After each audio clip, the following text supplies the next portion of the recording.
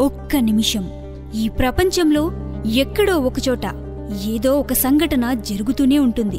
అలాంటి ఒక సంఘటన ఒక్క నిమిషంలో మీకోసం. ఒక్క నిమిషం.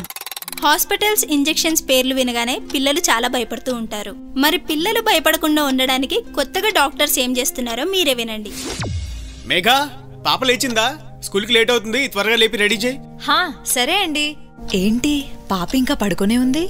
చిన్ని చిన్ని లెగమ్మా, స్కూల్కి టైం అవుతుంది. స్కూల్కి వెళ్ళనమ్మా, కాసేపు పడుకుంటా.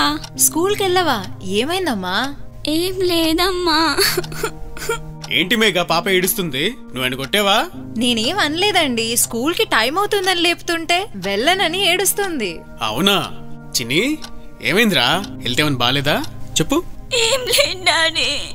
ఏవండి, పాపకి హెల్త్ బాగాలేనట్టుంది, హాస్పిటల్కి తీసుకెళ్దామా? హాస్పిటల్ వద్దు, ఇంజెక్షన్ ఇస్తారు, నేను రాను. అమ్మో, చిన్ని ఏంటి హాస్పిటల్కి రానంటుంది?